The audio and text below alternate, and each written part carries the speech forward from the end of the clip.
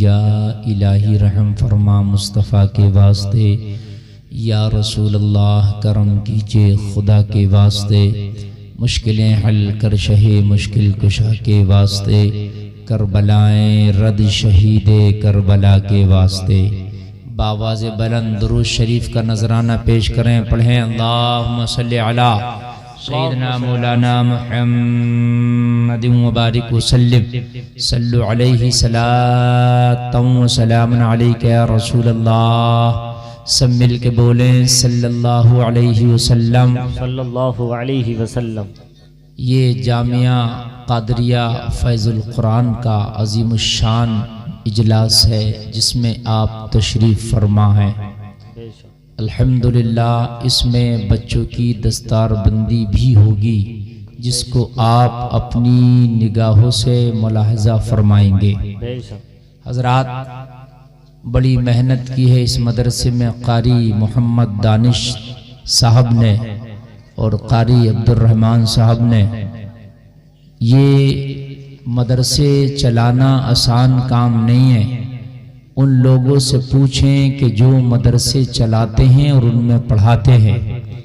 تو قاری دانش صاحب نے بہترین مدرسے میں تعلیمی نظام بھی بنایا، اور ماشاءاللہ آج جو اس محنت کا پھل ہے وہ آپ کی نگاہوں کے سامنے ہے، اور آپ اس وقت بہترین جلسہ بھی سماعت کر رہے ہیں۔ جلسے میں بڑے اچھے مہمانوں کو قاری دانش صاحب نے دعوت دے کر بلایا۔ نقیب اعظم ہندوستان قاری یوسف رضا سنبھلی صاحب، آئے راشد نظامی صاحب، افضل رامپوری اور بھی دیگر شعراء خطبہ آئے، آپ نے سماعت کیا۔ شاید اس جلسہ کی آخری کڑی کے روپ میں آپ کے سامنے حاضر ہوں۔ قرآن کے حوالے سے چند باتیں بتاؤں گا اور اپنی تقریر ختم کروں گا۔ بہت زیادہ لمبی گفتگو آج مجھے نہیں کرنی ہے، یہ آپ کی محبتیں تھی، میں یہاں پر حاضر آ گیا۔ حضرات قرآن جو ہے مسلمان کو اللہ نے ایک ہتھیار دیا ہے، تمہارا ہتھیار ہے قرآن۔ نوجوانوں تم بھی سنو، میں آج آپ کو بتا رہا ہوں۔ دیکھیے اللہ نے تمہیں دنیا میں بھیجا تو تمہارے مقابلے میں بڑی بڑی حکومتیں تھیں۔ شروع سے دیکھیں آپ، میرے نبی صلی اللہ علیہ وسلم دنیا میں تشریف لائے تو خود خاندان کے لوگوں نے مخالفت کری، خود اپنے خاندان کے لوگوں نے، چچاؤں نے مخالفت کری۔ نبی کی بات تو الگ ہے۔ دیکھیے نبی سے بڑا صبر بھی کوئی نہیں کر سکتا، اور نبی سے زیادہ اللہ کو چاہنے والا بھی کوئی نہیں ہو سکتا۔ بے شک بے شک بے شک، واہ واہ واہ۔ ہمارے نبی کو اللہ نے اتنی پاور دی کہ ستانے والوں کے لیے اگر ہاتھ اٹھا کے بد دعا کر دیتے تو وہ تباہ ہو جاتے، لیکن میرے نبی نے پھر بھی ان کے پتھر کھائے، گالیاں کھائیں۔ میرے نبی نے ان سے تکلیف کے دن و رات کہ جو انہوں نے پہاڑ ظلم کے پہاڑ ڈھائے میرے نبی پر، وہ بھی سہے۔ لیکن حضرات ایک بات بتاؤں، اللہ نے اس قرآن کو اس وقت بھی ہتھیار بنایا تھا نبی کے لیے، اور یہ آج بھی ہتھیار ہے تمہارے لیے، اور یہ قیامت تک ہتھیار رہے گا مسلمانوں کے لیے۔ لیکن ہم نے اپنے ہتھیار کو چھوڑ دیا ہے۔ اسٹیج کے لوگ خاص توجہ فرمائیں، آپ لوگ ماشاءاللہ ائمہ حفاظ قراء سب یہ تشریف رکھتے ہیں، سب نیک لوگ ہیں، ذی علم ہے، ذی شعور ہے۔ اللہ ان سبوں کے علم میں عمل میں برکتیں عطا فرمائے، آمین۔ تو تھوڑی سی بڑی کام کی باتیں میں آج آپ کو بتاؤں گا۔ حضرات اللہ نے تمہیں تنہا دنیا میں نہیں چھوڑا، اللہ نے دنیا میں تمہیں تنہا نہیں چھوڑا، اللہ نے تمہیں ایسا ہتھیار دیا ہے کہ جو ہتھیار کا مقابلہ آج بھی پوری دنیا مل کے نہیں کر سکتی، اور اس ہتھیار کا نام ہے قرآن۔ بولو نا سبحان اللہ، سبحان اللہ۔ اس کا نام ہے قرآن۔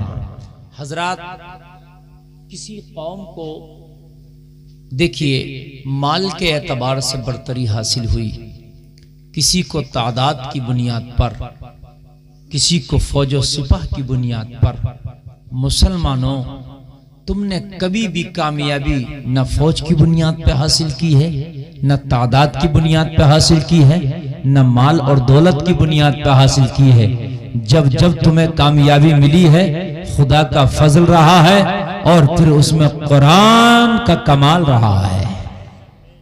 جب جب کامیابی ملی ہے، دیکھیے نہ بدر کے میدان میں تمہاری تعداد زیادہ تھی، نہ تمہارے پاس مال زیادہ تھا، تعداد بھی کم تھی، مال بھی کم تھا، مگر اللہ نے کامیابی دی تھی۔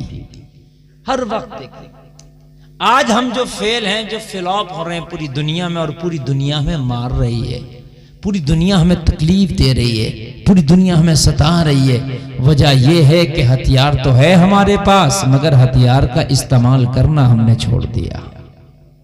اس لیے پوری دنیا ہمیں نوجوانوں مار رہی ہے، اس لیے نوجوانوں پوری دنیا ہمیں ڈس رہی ہے، اس لیے نوجوانوں پوری دنیا میں ہم ذلیل ہو کے رہ گئے۔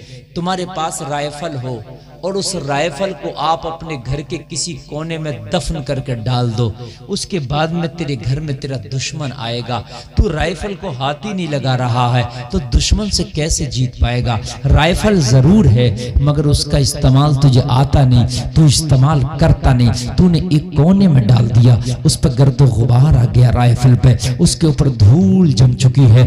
اب وہ کس کام کی تیری رائفل ہے جب تو اس کا استعمال ہی نہیں کرنا چاہتا؟ اور سن، رائفل تیرے گھر میں ہو، روزانہ کیئر کرے، اس پر تیل لگائے، اس کی صاف صفائی کرے، اور پھر ہاتھ میں لے کے کھڑا ہو جائے تو تیرے سامنے سے جو نکلے گا تجھے دیکھے گا، تیرے ہتھیار کو بھی دیکھے گا۔ اس سے پنگا نہیں لینا، اس کے پاس جو ہتھیار ہے بڑا خطرناک ہے۔ میرے بھائی وہی ہتھیار اللہ نے جو تمہیں دیا قرآن، ہم نے کیا کیا کہ اپنی طاقوں میں سجا کے رکھ دیا، ہمارے قرآن پہ دھول چڑھ گیا، گرد و غبار چڑھ گیا، ہم تو اس کی کبھی تلاوت ہی نہیں کرتے، اور اگر کبھی تلاوت کر بھی لیا تو پھر ہم قرآن پہ عمل نہیں کرتے۔ کاش ہم نے قرآن پہ عمل کرنا شروع کر دیا ہوتا۔ میرے بھائی ذرا غور کرنا، خالی تلاوت کرنے سے بھی کام نہیں چلے گا۔ ایسے تو قرآن بہت لوگ پڑھتے ہیں، قرآن تو کافر بھی پڑھ لیا کرتے ہیں، قرآن تو یہودی بھی آج کے زمانے میں ریسرچ کر رہے ہیں، پڑھ رہے ہیں، عیسائی بھی قرآن کو پڑھ لیا کرتے ہیں، پڑھ رہے ہیں۔ لوگوں قرآن ایسے تو بہت سے لوگ پڑھ لیتے ہیں، مگر قرآن کو پڑھنا بھی ہے اور قرآن پہ عمل بھی کرنا ہے، اس لیے کہ اللہ نے قرآن میں تمہارے لیے قانون دیا ہے۔ قرآن میں اللہ نے تمہیں ایک میپ دیا ہے، میپ بولتے ہیں راستے کے نقشے کو، اور اس میپ کو اگر تلاش کرو گے تو قرآن کو سورہ فاتحہ کو جب کھنگالو گے تو سورہ فاتحہ میں تیرا میپ مل جائے گا۔ اگر آپ کو کہیں جانا ہو تو میپ لگانا پڑتا ہے، وہ کلومیٹر کی دوری بتاتا ہے، کدھر کو جانا ہے وہ بتاتا ہے، راستہ کیسا ہے وہ بتاتا ہے۔ ویسے ہی قرآن میں ایک میپ ہے، جو وہ میپ کو تو لگا دے گا اور اپنی زندگی کو اس پر ڈال دے گا تو یہ میپ تجھے بتائے گا جنت میں کیسے جانا ہے، کدھر ہو کے جانا ہے، کیا کیا کر کے جانا ہے، اور اس میپ کا نام ہے اہدنا الصراط المستقیم۔ سبحان اللہ سبحان اللہ، بے شک بے شک، سیدھا راستہ، سیدھا راستہ قرآن نے بتا دیا۔ ترتیب کے اعتبار سے جو قرآن کی پہلی سورہ سورہ فاتحہ ہے، اس میں اہدنا الصراط المستقیم اللہ نے فرما دیا، دعا کرو کہ یا اللہ ہمیں سیدھا راستہ چلا۔ بے شک بے شک۔ اب ہم قرآن قرآن قرآن قرآن قرآن کہتے ہیں، مگر میرے بھائی خالی قرآن کہنے سے نہیں کام چلے گا، خالی ہم رمضان رمضان کہہ دیں، کہنے سے نہیں کام چلے گا، روزہ رکھنے سے کام بے شک، خالی قرآن کہنے سے نہیں کام چلے گا، قرآن پہ عمل کرنے سے کام چلے گا۔ آپ نے قرآن کا ہدیہ کرایا، مسجد میں رکھا دیا، میرے بھائی تو اس سے کیا سوچتے ہو، آپ کا حق ادا ہو گیا؟ نہیں، قرآن کو پڑھو بھی اور اس پہ عمل بھی کرو، انشاءاللہ کبھی مار نہیں کھا سکتے۔ بے شک بے شک۔ جب تک قرآن سے دور رہو گے مارے جاتے رہو گے، پٹتے رہو گے، ذلیل ہوتے رہو گے، رسوا ہوتے رہو گے۔ قرآن ہی ایک ایسی چیز ہے جو دنیا میں بھی راستہ دکھاتا ہے اور مرنے کے بعد بھی تمہیں راستہ دکھاتا ہے۔ بے شک بے شک، قرآن ہی ایسی چیز ہے، مگر آج میری قوم قرآن سے بہت دور ہے۔ اب اپنے دل سے خود پوچھ رہی ہے، جو جملے میں بول رہا ہوں، کیا واقعی ہم قرآن پہ عمل کرتے ہیں؟ تو ہمارا دل کہے گا تو قرآن کے پاس سے بھی ہو کے نہیں نکلا، قرآن پہ تو عمل ہی نہیں کرتا۔ قرآن میں ہے 5 وقت کی نماز پڑھنا ہے نہیں پڑھتے، قرآن میں ہے زکوٰۃ دینا ہے نہیں دیتے، قرآن میں ہے روزہ رکھنا ہے نہیں رکھتے، قرآن میں ہے والدین کی اطاعت کرنا نہیں کرتے، قرآن میں پردے کا حکم صاف طور پر آیا ہے، مگر ہماری بیٹیاں بہنیں مائیں پردہ نہیں کرتی۔ قرآن میں میرے بھائی سود نہیں کھانا، مگر پھر بھی میری قوم سود کھا رہی ہے۔ قرآن میں شراب کی ممانعت ہے، نہیں پینا، ہاتھ نہیں لگانا، مگر پھر بھی میری قوم شراب کی بھٹیوں پر لائن لگاتی نظر آ رہی ہے۔ لوگوں، ہم نے قرآن ہی کو تو ٹھکرا دیا، ہم نے قرآن ہی کے راستے کو تو چھوڑ دیا، ہم نے قرآن ہی کو تو سینے سے لگا کے عمل نہیں کیا۔ بس ایک یہی وجہ ہے جس کی وجہ سے ہم تباہ ہو کے رہ گئے، جس کی وجہ سے ہم برباد ہو کے رہ گئے میرے بھائیو، ورنہ تمہاری تعداد تو آج اتنی ہے۔ تاریخ اٹھاؤ، پوری دنیا میں مسلمانوں کی تعداد کبھی اتنی نہ تھی جتنی تعداد آج ہے۔ تقریباً 125 کروڑ پوری دنیا میں مسلمان پایا جاتا ہے، اس سے زیادہ تو ہوگا، اس سے کم نہیں ہے۔ بدر میں تو کل 313 تھے، مگر تم نے ایک نئی تاریخ لکھی تھی۔ لوگوں ذرا تم مجھے بتاؤ تو، کربلا میں تم 72 تھے، مگر تم نے ایک نئی تاریخ لکھی تھی۔ ذرا تاریخ تو اٹھاؤ، تاریخ کا مطالعہ تو کرو، پتہ چلے گا۔ کبھی بھی تعداد کی بنیاد پر تمہیں کامیابی نہیں ملی ہے۔ لوگوں ذرا غور کرو، جب تم نے قرآن کو اپنے رہنما بنایا ہے، جب تم نے قرآن کا دامن پکڑا ہے، اللہ نے تمہیں کامیابیوں سے ہمکنار کر دیا۔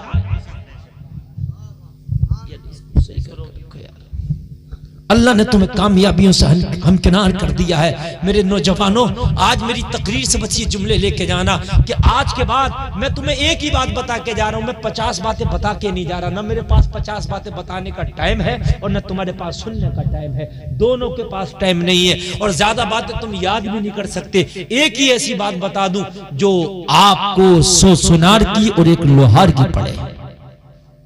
ایک ہی بات میں آپ کو بتا دوں، صرف آج کے بعد جلسے سے اٹھنا تو یہ سوچ کے اٹھنا کہ قرآن کو اپنا ہم رہنما بنائیں گے، انشاءاللہ کامیابی ملے گی۔ صرف قرآن کو، بس اور کوئی سبق نہیں، صرف قرآن۔ اور اگر تمہیں نہیں پتا قرآن میں کیا ہے، کسی مولانا پوچھ لو، حضرت یہ کام کرنا، قرآن کیا بتا رہا ہے اس کام کے لیے؟ بس صرف قرآن۔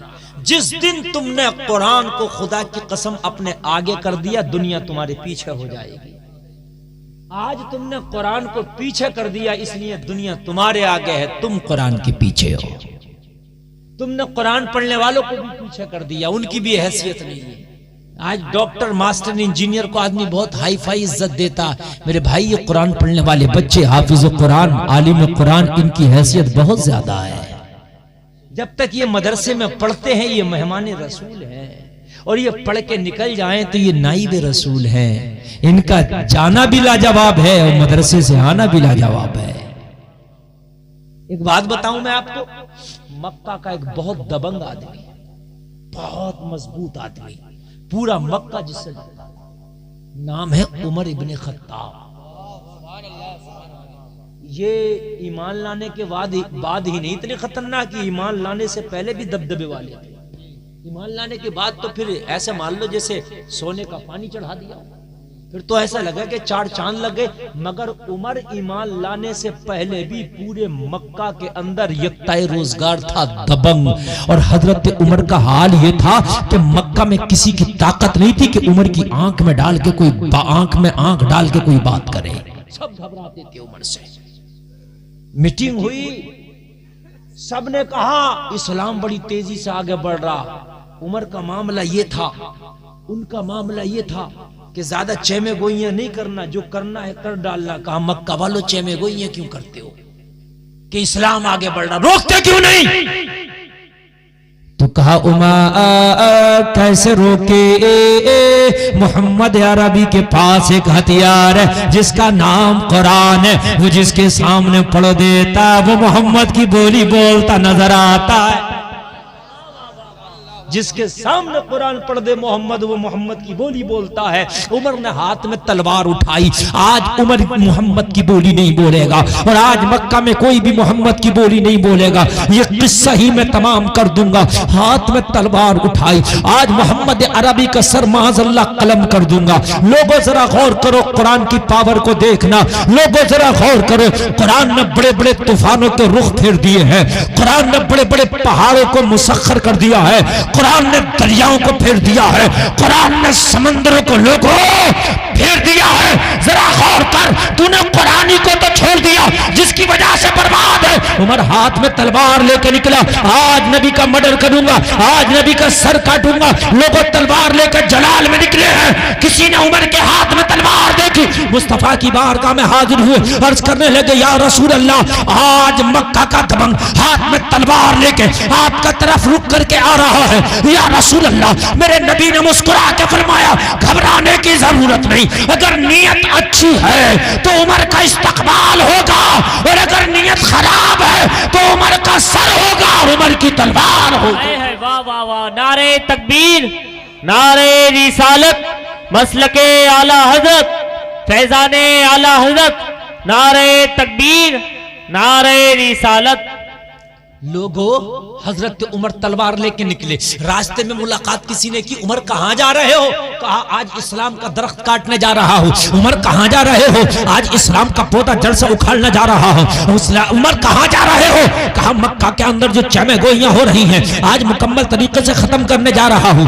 آج جو مکہ میں نیا دین آیا ہے، محمد نام کا کوئی شخص ہے، آج ان کا سر قلم کرنے کے لیے جا رہا ہوں۔ لوگوں ذرا غور کرو، کسی نے کہا تھا عمر، ارے محمد عربی کا سر بعد میں قلم کرنا، اسلام تو تیرے گھر میں آ گیا ہے۔ اپنے گھر کی تو خبر لے، اسلام تو تیرے گھر میں آ گیا ہے۔ کہا قرآن نے پورے مکہ کا جو ہے چین و سکون چھین لیا، جو بھی قرآن سنتا ہے وہ اپنے مذہب کو چھوڑ کے محمد عربی کا مذہب اپنا لیتا ہے۔ کہا عمر وہی تو قرآن ہے جو تیرے گھر تک پہنچ گیا، جسے تو روکنے چلا ہے وہ قرآن تیرے گھر تک پہنچ گیا۔ لوگوں تم قرآن کو آگے تو کرو، اتنی پاور ہے اس کے اندر، اتنی پاور ہے، یہ ہر جگہ تمہیں راستہ دکھائے گا۔ بے شک بے شک، پل صراط بڑا خطرناک راستہ، وہاں بھی انشاءاللہ یہ تمہیں راستہ دکھائے گا اور جنت میں لے کے جائے گا، مگر قرآن کا دامن پکڑو میرے بھائی، تم نے پکڑا نہیں۔ جتنی محبت تم نے دنیا میں بالی ووڈ سے کیا، ہالی ووڈ سے کیا، تم نے جتنی محبت دنیا سے کیا، کاش اس کی آدھی محبت بھی اگر قرآن سے کر لیتے نا تو قرآن تمہیں کامیاب قوم بنا کے چھوڑتا۔ عمر نے کہا کیا مطلب؟ کہا مطلب یہ ہے عمر، تیری بہن ایمان لے آئی ہے، قرآن پڑھتی ہے، تیری بہن ایمان لے آئی ہے، قرآن پڑھتی ہے۔ عمر نے کہا بہن قرآن پڑھتی ہے تو پہلے سر بہن کا کاٹوں گا، اب محمد عربی کا سر بعد میں، پہلے بہن کا سر کاٹوں گا۔ لوگوں ذرا غور کرو، عمر تلوار لے کے بہن کے گھر آئے، جیسے ہی دروازے سے اندر انٹر کیا، اندر داخل ہوئے تو بہن قرآن کی تلاوت کر رہی تھی۔ بولو نا یار سبحان اللہ، سبحان اللہ۔ بہن قرآن کی تلاوت کر رہی تھی، عمر نے بہن کو قرآن پڑھتے دیکھا، جلال میں آگے تلوار سوت کے بہن کی طرف بھاگے۔ بہن نے قرآن جس کی تلاوت کر رہی تھی روک دیا، اس نسخے کو چھپا دیا۔ لوگوں ذرا غور کرو، عمر آئے کیا کر رہی تھی؟ کہا عمر جو میں کر رہی تھی وہ تیرے مطلب کا کام نہیں ہے، چونکہ عمر نے تو کلمہ نہیں پڑھا تھا نا۔ حضرت عمر جلالی شخص بس بہن پہ ٹوٹ پڑے۔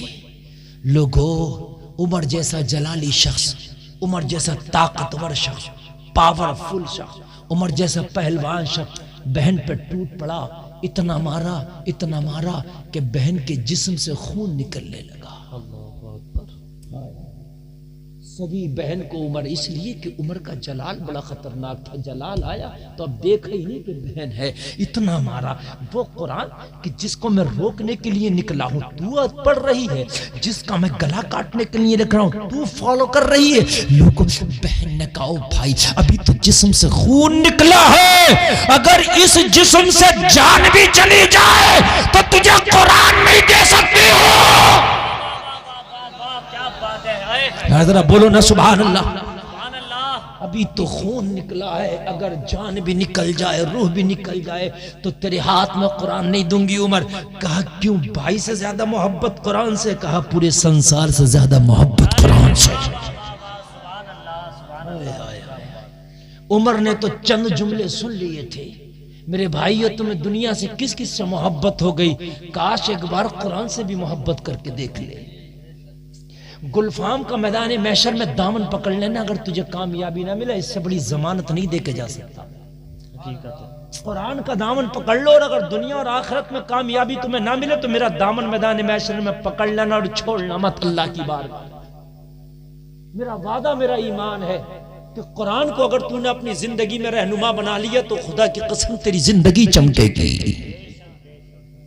عمر قرآن نہیں دے سکتی، کہا بہن ذرا یہ تو بتا اس قرآن میں ہے کیا جس کی خاطر بھائی سے مرنے تیار ہے، بھائی سے کوڑا کھانے تیار ہے،